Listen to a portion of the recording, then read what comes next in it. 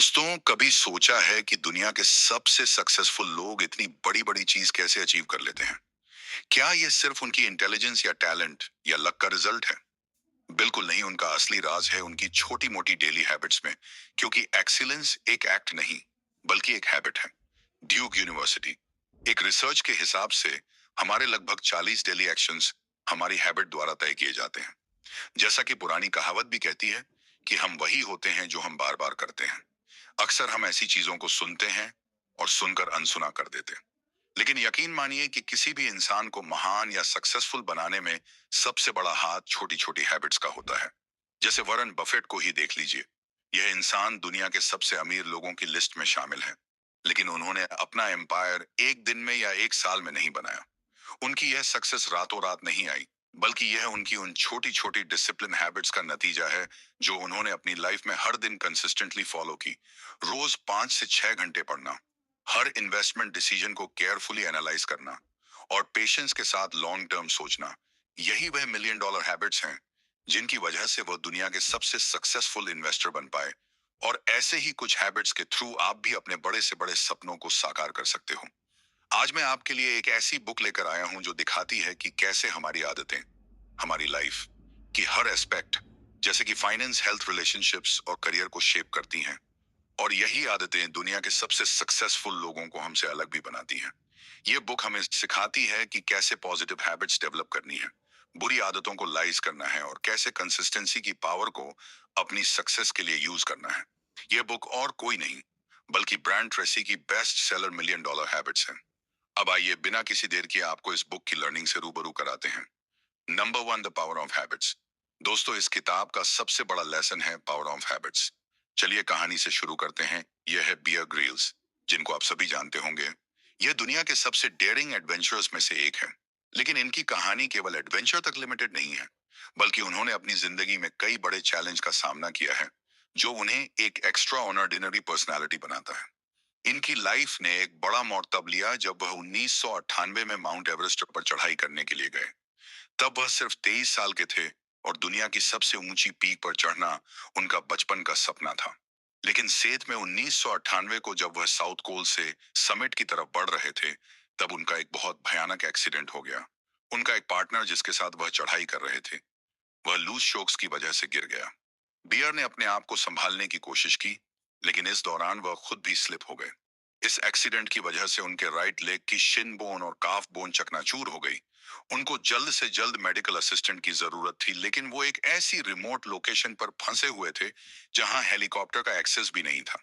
लेकिन बियर हार मानने वालों में से कहां थे। उन्होंने खुद को संभालते हुए 12 घंटे तक बिना किसी मेडिकल हेल्प के सरवाइव करने की कोशिश की। उनकी इंजरी इतनी भयानक थी कि उन्हें ये 12 घंटे शदीद दर्द में गुजारने पड़े और उनकी कंडीशन बद से बदतर होती गई।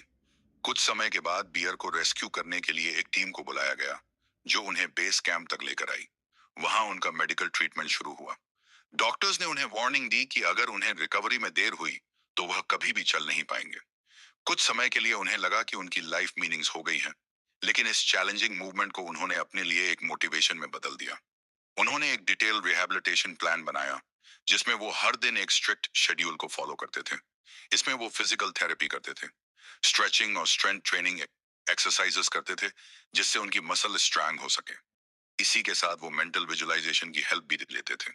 हर दिन वह खुद को विजुअलाइज करते थे कि वह कैसे फिर से क्लाइंबिंग कर सके, जिससे उनकी डिटर्मिनेशन और स्ट्रेंथ होती गई। स्टडीज दिखाती हैं कि विजुअलाइजेशन से परफॉर्मेंस 10 से 15 पर तक इंप्रूव हो सकती है।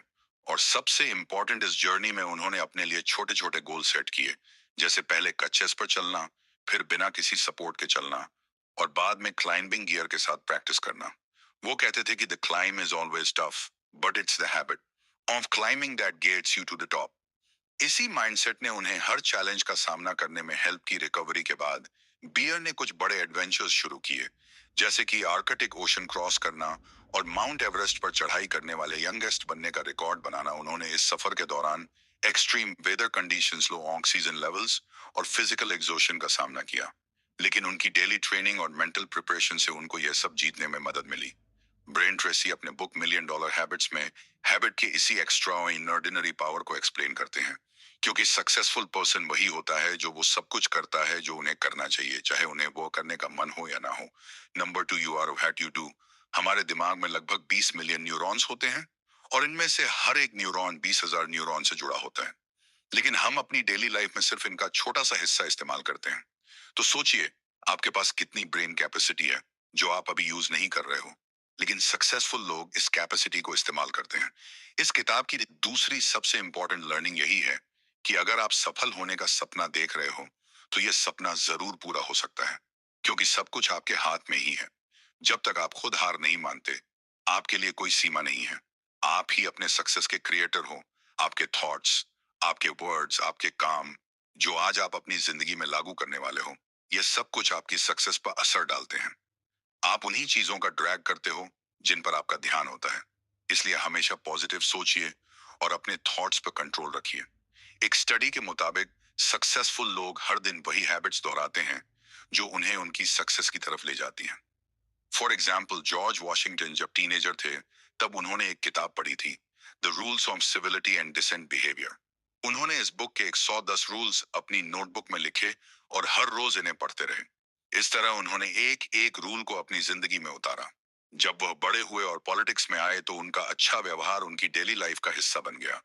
इसलिए आपको भी अच्छी आदतें अपनानी चाहिए जो आपके अंदर अच्छे वैल्यूज लाएंगे। Number three, setting goals for success. इस किताब की तीसरी बड़ी लर्निंग है सक्सेस के लिए अपने गोल्स को सेट करना, और इसमें clear vision and decision making एक बड़ा रोल प्ले करते हैं सक्सेसफुल लीडर्स का। सबसे बड़ा एसेट क्या होता है? एक क्लियर विजन डायरेक्शन होता है, तो डिसीजन लेना इजी हो जाता है। मैकेंजी के मुताबिक स्ट्रॉन्ग विजन वाले लीडर्स अपना बिजनेस 15 पर ज्यादा ग्रो करते हैं। फॉर एग्जाम्पल, अगर हम स्टारबक्स के फॉर्मर सीईओ हावर्ड शर्ट्स को देखें, तो वह एक सिंपल कॉफी शॉप को दुनिया के हर एक कोने में ले गए। उनका सपना कस्टमर्स के लिए एक ऐसा थर्ड प्लेस क्रिएट करना था जो घर और ऑफिस के बीच हो। और अपने इस कलर विजन को उन्होंने स्ट्रॉन्ग डिसीजन मेकिंग के साथ जब एग्जीक्यूट किया, तो ये मॉडल इंस्टेंट हिट हो गया। और देखते देखते आप अपने गोल्स को लिखते हो, तो आप अपने दिमाग को उन पर फोकस करने के लिए सेट करते हो। 1999 में जब जैक मा अपने चार दोस्तों के साथ एक छोटे से रूम में अली बाबा की शुरुआत कर रहे थे, उनके पास ना ज्यादा पैसा था, ना कोई बड़े रिसोर्सेज, पर उनका सपना बड़ा था। उन्होंने कहा कि मैं दुनिया का सबसे बड़ा ऑनलाइन मार्केट प्लेस बनाऊंगा जहां हर कोई अपना प्रोडक्ट बेच सके। इफेक्टिव गोल सेटिंग के लिए स्मार्ट क्राइटेरिया बहुत वैल्यूएबल होता है, जिसमें गोल्स को डिफाइन करने के लिए 5 की एलिमेंट्स होते हैं। स्पेसिफिक गोल को स्पेसिफिक होना चाहिए। जक मा ने सोचा कि मैं ऑनलाइन मार्केट प्लेस बनाना चाहता हूँ। ये स्पेसिफिक गोल उन्हें क्लैरिटी देता है। मेजरेबल, हर एक गोल को मेजरेबल होना चाहिए। जैसे कि जैक ने तय किया कि अलीबाबा के 2020 तक 1 अरब यूजर्स होंगे। ऐसे मेजरेबल गोल से आप अपनी प्रोग्रेस को ट्रैक कर सकते हो। अचीवेबल गोल को रियलिस्टिक के लिए अचीवेबल होना चाहिए। जब माँ ने अपने रिसोर्सेस और मार्केट कंडीशन को समझा, उन्होंने एक टीम बनाई और इस डायरेक्शन में छोटे छोटे स्टेप्स लिए। रिलेवेंट गोल को आपके लॉन्ग टर्म विजन से अलाइन होना चाहिए। जैक ने अपने बिजनेस मॉडल को इस तरह से डिजाइन किया कि वो लोग आर्टिजन्स ओन स्वयं आयन मैन्युफैक्चरर्स को सपोर्ट करें। टाइम बाउंड, हर एक गोल के लिए एक डेडलाइन सेट करनी चाहिए। जैक ने भी यही तय किया कि अली बाबा के लॉन्च तक उन्हें सब कुछ रेडी करना है। Number four, time management and prioritisation. ये मिलियन डॉलर हैबिट्स का नेक्स्ट कोर लेसन है। ट्रेसी कहते हैं कि अगर आप सक्सेसफुल बनना चाहते हो, तो आपको अपने टाइम का मैक्सिमम फायदा उठाना पड़ेगा। और ये तभी हो सकता है जब आप अपने काम को प्रायोरिटीज करना सीखो और अपने टाइम को स्मार्टली मैनेज करो। इस कॉन्सेप्ट को समझने के लिए हम रिचर्ड ब्रंस की कहानी सुनते हैं।